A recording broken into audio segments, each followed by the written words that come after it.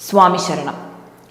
Number 1 കേരളത്തിൽ കേരള മുഖ്യമന്ത്രി പ്രസിഡന്റായുള്ള ശിശുക്ഷേമ സമിതിയിൽ കിടക്കയിൽ മൂത്രമൊഴിച്ചതിന് 2.5 വയസ്സുള്ള പിഞ്ചു ബാലികയെ ജനനേന്ദ്രിയത്തിൽ മുറിവേൽപ്പിച്ച വാർത്ത സംഭവം നടന്ന ഒരാഴ്ച കഴിഞ്ഞ് പുറത്തു വന്നിരിക്കുന്നു.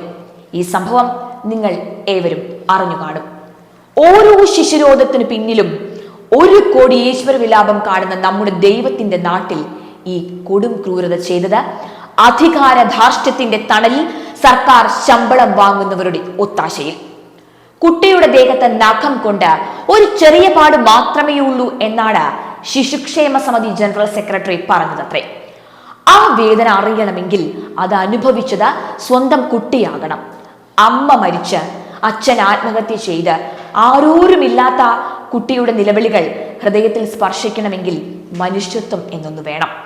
18 വയസ്സ് വരെയുള്ള പെൺകുട്ടികൾ അന്തേവാസികളായുള്ള ശിശുക്ഷേമ സമിതിയുടെ ജീവനക്കാരുടെ സംഘടനയെ കൊലക്കേസ് പ്രതി നയിക്കുന്ന ഇടത്ത് ഭരിക്കുന്ന പാർട്ടിയുടെ നേതാക്കളുടെ വേണ്ടപ്പെട്ടവർ എന്ന ഒരൊറ്റ അർഹത കൊണ്ട് മാത്രം സർക്കാർ ശമ്പളത്തിൽ സ്വൈരവിഹാരമാടാൻ നിയമനം ലഭിക്കുന്ന രാഷ്ട്രീയ ഗുണ്ടനികൾ ഭരിക്കുന്ന ഇടത്ത് ശിശുക്കളുടെ കണ്ണീർ മാത്രമല്ല ചോരയും വീടും എന്ന് നിസ്സംശയം പറയാം.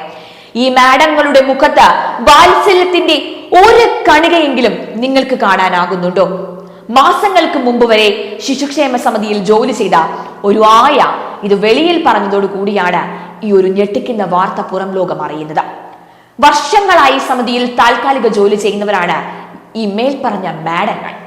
ശിശുക്ഷേമ സമിതിയിലെ താൽക്കാലിക ജീവനക്കാരായ അണ്ടൂർക്കോണം സ്വദേശി അജിത, അയിരൂപ്പാറ സ്വദേശി മഹേശ്വരി, കല്ലമ്പലം നാവായിക്കുളം മുല്ലനെല്ലൂർ സ്വദേശി സിന്ധു എന്നിവരാണ് ഈ മാഡങ്ങൾ. ഇവരെല്ലാം രാഷ്ട്രീയ കരുത്തിൽ ജോലി നേടിയവർ തന്നെയാണ്. അതിനിടെ ശിശുക്ഷേമ സമിതിയിൽ ഇതെല്ലാം നിത്യസംഭവമാണ് എന്ന വെളിപ്പെടുത്തലും പുറത്തു വന്നു. പരാതി പറയുന്ന ആയമാർ ഒറ്റപ്പെടുന്ന അവസ്ഥയാണ് അവിടെയെന്നും ആ റിപ്പോർട്ട് സൂചിപ്പിക്കുന്നു. ഈ ക്രൂരതകളെല്ലാം അധികാരികളുടെ ശ്രദ്ധയിൽപ്പെടുത്തി എങ്കിലും തിരിഞ്ഞു നോക്കിയില്ല എന്നും അവർ വെളിപ്പെടുത്തിയെന്നും റിപ്പോർട്ടിൽ വ്യക്തമാക്കുന്നു. കേസിൽ ഇപ്പോൾ പ്രതികളായവർ മുൻപും കുറ്റം ചെയ്തവർ തന്നെയാണ്. താൽക്കാലികമായി ഇവരെ മാറ്റിയാലും പുനർനിയമനം നടക്കുകയാണ് ഇവിടെ പതിവ് എന്നും ഇവർ പറയുന്നു. കിടക്കയിൽ പതിവായി മൂത്രമൊഴിക്കുന്ന കുട്ടിയെ കാര്യമായി കൈകാര്യം ചെയ്തിട്ടുണ്ട് എന്ന പ്രധാന പ്രതി അജിത ഒപ്പം ഉണ്ടായിരുന്നവരോട് പറയുന്നത് കഴിഞ്ഞ മാസം 24-ന് ഒരു വിവാഹവേദിയിൽ വച്ച് കുട്ടിയെ ഉപദ്രവിച്ചു എന്ന് വ്യക്തമായിട്ടും അത് കേട്ട് സന്തോഷിച്ചതല്ലാതെ ആ ഉപദ്രവം തടയുവാനോ അത് റിപ്പോർട്ട് ചെയ്യാനോ ഒപ്പമുണ്ടായിരുന്ന സിന്ധുവും മഹേശ്വരിയും തയ്യാറായില്ല. ഒരാഴ്ചയോളം വിവരം ഇവർ മറച്ചുവെച്ചു. അതിനിടെ കുട്ടിയെ കുളിപ്പിച്ചതെല്ലാം പ്രതികളായിരുന്നതുകൊണ്ട് വിവരം പുറത്തു വരാൻ വൈകി. വേദന കൊണ്ട് കുട്ടി കരഞ്ഞുവെങ്കിലും പ്രതികൾ അനങ്ങിയില്ല. ആഴ്ച ഡ്യൂട്ടി മാറി പുതിയ ആയയാണ് കുളിപ്പിക്കുമ്പോൾ കുട്ടി നിലവിളിക്കുന്നത് ശ്രദ്ധിച്ചത് നിർണായകമായത്. സ്വകാര്യ ഭാഗത്തെ മുറിവുകൾ അടക്കം അധികൃതരോട് റിപ്പോർട്ട് ചെയ്യുന്നതും ഈ ആയ തന്നെയാണ്. അപ്പോഴേക്കും ഒരാഴ്ച പിന്നിട്ടിരുന്നു. പിൻഭാഗത്തും കൈക്കും സ്വകാര്യ ഭാഗത്തും മുറിവുകളോടെയാണ് തൈക്കാട് സർക്കാർ ആശുപത്രിയിൽ ഇക്കഴിഞ്ഞ ശനിയാഴ്ച കുഞ്ഞിനെ ചികിത്സയ്ക്കായി കൊണ്ടുവരുന്നത്.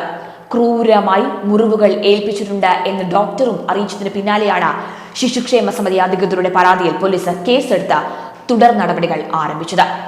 ഗോവിന്ദച്ചാമിയെ ഒരു കൊടും ക്രൂരകൃത്യത്തിന് പ്രേരിപ്പിച്ചതിന് പിന്നിൽ കാമം എന്നൊരു വികാരം ഉണ്ടായിരുന്നു എങ്കിൽ ഈ രക്തയക്ഷികളെ, അങ്ങനെ തന്നെ പറയണം, അവരെ എന്ത് വികാരമായിരിക്കും ഈ കൊടും ക്രൂരതയ്ക്ക് പ്രേരിപ്പിച്ചത്?